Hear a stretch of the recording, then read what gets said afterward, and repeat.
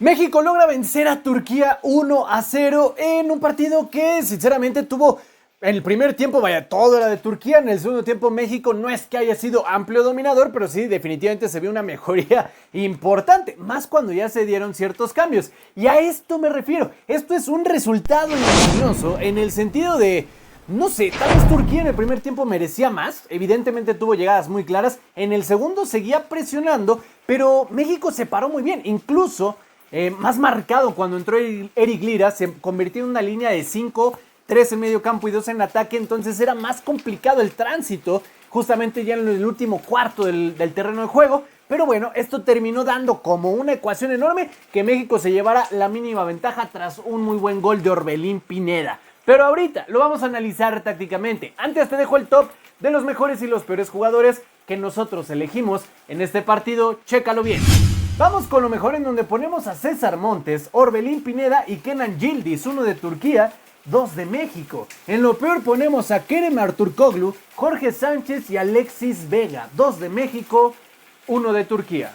Pasamos a lo táctico, te explico, tanto México como Turquía arrancaron con un 4-2-3-1, de igual manera México 4-2-3-1. De entrada, era sensacional el esquema que tenía Turquía en el primer tiempo, te presiono hasta con 6 elementos y entre comillas permito que mis laterales suban. Esto que generaba que México se estuviera defendiendo siempre con una especie de 4-4-2, mientras que Turquía, ojito, los primeros 15 minutos presionaba con 2 líneas de 3, pero de inmediato, en verdad, se convertía en una línea de 3 centrales, 4 en medio campo y de aquí así, o sea, realmente estaban muy presentes. Incluso se subía todavía más uno de los laterales y se convertía en una especie de 4-3-3 a la inversa. Y esto que generaba que naturalmente cualquier pelotazo, cualquier balonazo, cualquier pase, porque a esto no le podemos decir otra cosa, la magia que tenía Arda Güler para meter cambios de juego, buscar pases a profundidad, eran una chulada,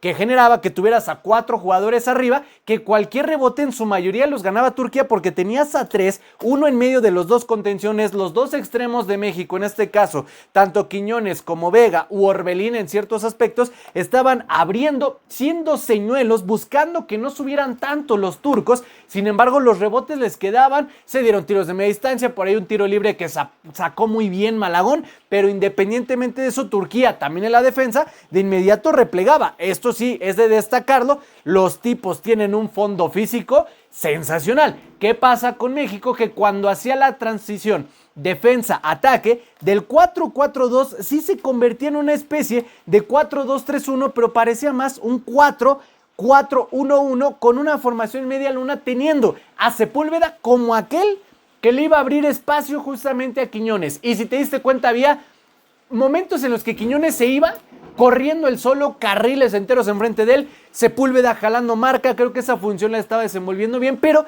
tenía muy lejos tanto a Quiñones, a Vega y a Orbelín.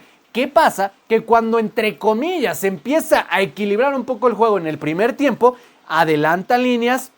Eso sí, lo de César Montes, partidazo que se mandó. Israel Reyes, un gran complemento. Y ojito, destacado, calladito, pero Marcel Ruiz creo que se mandó un buen partido. Ya después que entre él y Eric Lira, cuando entró de cambio, tenían ganas de pleito con los turcos, ese es otro tema, pero independientemente de eso, qué buen partido de Marcel Ruiz, siendo una buena mancuerna para Edson en el primer tiempo. ¿Qué pasa? Adelantan líneas y naturalmente se conjuntan tanto Vega como Pineda, porque suben Gallardo, suben Jorge Sánchez, y entonces dentro de ese rebotadero y cosa tremenda que los turcos ahí sí, ya teniendo la presión encima, no sabían si salir jugando, si cascarear, si reventar. Se pierde un balón, Orbelín Pineda recorta con una conducción sensacionalmente a 2 centrales y ni siquiera era fuerte, no era reventar la portería o meter el balón con todo y arquero. Colocadito, raso, al pie contrario del portero, 1-0, resultado parcial en el primer tiempo y resultado ya final del compromiso. ¿Qué pasa con todo esto? Que nos vamos al segundo tiempo. México empieza similar, Turquía de igual manera empezaba ya más, parecía ya más un 4-3-3 en donde tenías a 2 contenciones, un interior, 3 atacantes, 4 en línea defensiva, pero que empezaban a generarse. Responde México con ciertos cambios. Entra Eric Lira, entra el Piojo, entra el Chino Huerta, el cual entró y parecía que traía cohete, el tipo corría, recorría, peleaba, disputaba, en ese sentido sensacional. Después entran ya los dos Jiménez, doble 9, Santi y Raúl, los cuales no entraron como una especie de falso 9 y 9, los dos 9 y ojito, porque entonces aquí era curioso, Eric Lira era más que clavado, se metía como tercer central acompañando a Montes y de igual manera a Reyes para que se quedara aquí en este sector Marcel Ruiz, recortaran un poquito más Chino, de igual manera Piojo, ayudando, porque aquí hay que decirlo, Yildiz, Arda Güler, Kovacic, etcétera, todo este tipo de jugadores, Artur Koglu que también no tuvo su mejor partido, pero sí traía, pero cansadísimos, Zaglar, el central de Turquía, también de repente se incorporaba, ya les estaban haciendo un 2-1, es decir, sí, subían los turcos, pero ya era mucho pase lateral, empezaron a buscar centros, sí, centros frontales que creo eran lo más peligrosos, pero fuera de eso esta línea de 5 funcionaba, salía México y otra vez a remar con el 4-4-2, el movimiento era Eric Lira.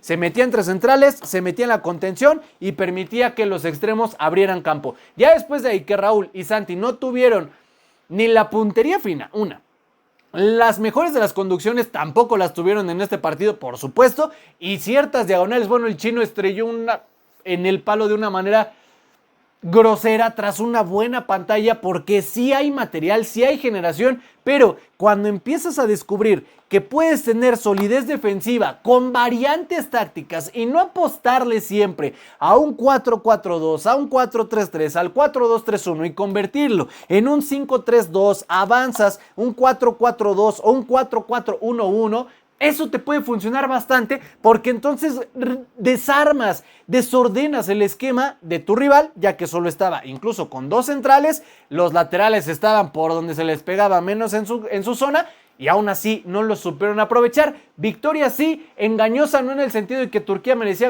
ganar, pero sí merecía más goles en el primer tiempo y tal vez México también pudo merecer más goles en el segundo, es decir, creo que quedó corto en goles para ambas escuadras. Es lo que nosotros vimos en este partido. Si tú notaste algo más que quieras agregar a este análisis, todas tus opiniones, déjalas en la cajita de comentarios.